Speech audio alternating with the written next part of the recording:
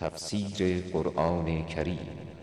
اعوذ بالله من الشیطان الرجیم. بسم الله الرحمن الرحیم. الحمد لله رب العالمین. اللهم صل علی محمد و آل محمد. مخلوقیم، سر سفره خالق نشستیم، پاسخن خدا. قرآن سوره بقره آیه 182 جزء 2 با هم بشنویم.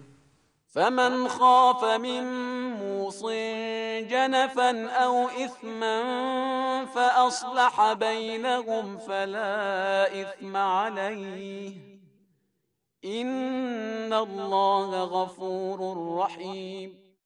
این آیه یه تبصره و استثناست بر آیه قبل. آیه قبلی بود که اگه کسی وصیت کرد به کاری تغییر ندید.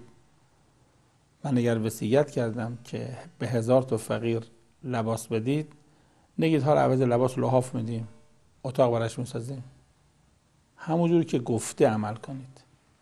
اگر تبدیل کنید گناه کرده کسی که تبدیل کنه. این آیه قبل بود. این آیه 182 سوره بقره میفرماد فمن خاف من موص جنفا.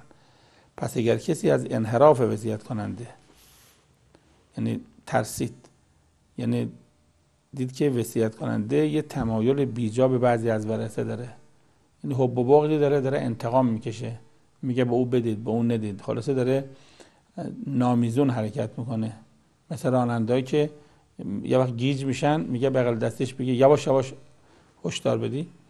اگر دیدید که وصیت کننده در وصیتش داره کج میره او اثما، یا داره وصیت کنه به کارهای گناه، میگه با این پول مثلا کاباره را بندازید، نمیدونم فیلم های بد تکثیر کنید، کتاب های منحرف کننده رو چاپ کنید و به یه آدم های فاسد، خلاصه داره وصیتش جو دادن به اسب شمره.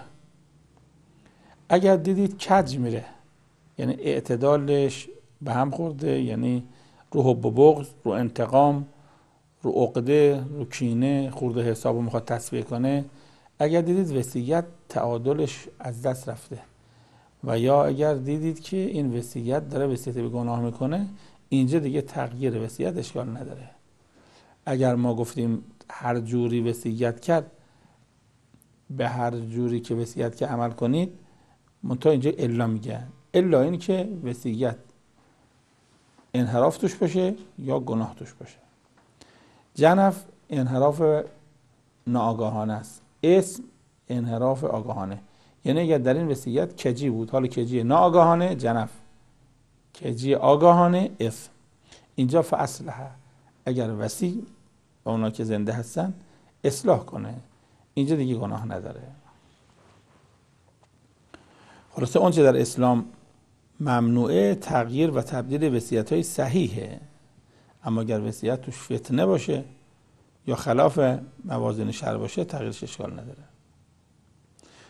خب مثل که مثلا وصیت کنه که بیش از 1/3 بگه نصف مالمو در فلان راه خرج کنید. انسان بیش از 1/3 حق نداره. اگر کسی وصیت کنه نصف مالمو فلان کار رو خرج کنید، اینجا میشه وصیت تغییر داد. یعنی مثلا 90 تومن داره، میگه چرا 5 تومنشو خرج کنید؟ ما میگیم نه، شما 30 تومنشو بیشتر حق ندارید، 15 تومنشو گوش به حرف مرحوم نمیدین. خلاصه آیه اینه که ما بگیم در اسلام بنبست نیست. در اسلام کسی نمیتونه سوء استفاده کنه، بگه حالا که مالکم هر جور دلم میخواد وصیت کنم. مالک هستی اما دلت میخواد نیست. نه مردا زنده هم میتونه. شما حق نداری بگی چون مالکم اسراف کنی. اسراف گناه کبیره، مال خودته، اما حتی وضو میخوای بگیری، اگر بیش از اندازه آب بریزی گناه کردین، نه گناه ساده. گناه اسراف گناه کبیره است. نگو بابا پول آبو میدم، پول آبو به سازمان آب میدی، خونه خودت هم هست، پول خودت هم هست، صورت خودت، مشت خودت آبو میخوای بریزی، اما اگر اسراف کنی گناه کبیره. انسان مالکیتش باید در چارچوب رضای خدا باشه. اصل اهم و مهم در اسلام باید مراعات بشه. خب احترام به وصیت مهمه، اما رفع فتنه و اصلاح امور مسلمین مهمتر. خب این آیه تمام و السلام علیکم و رحمت الله.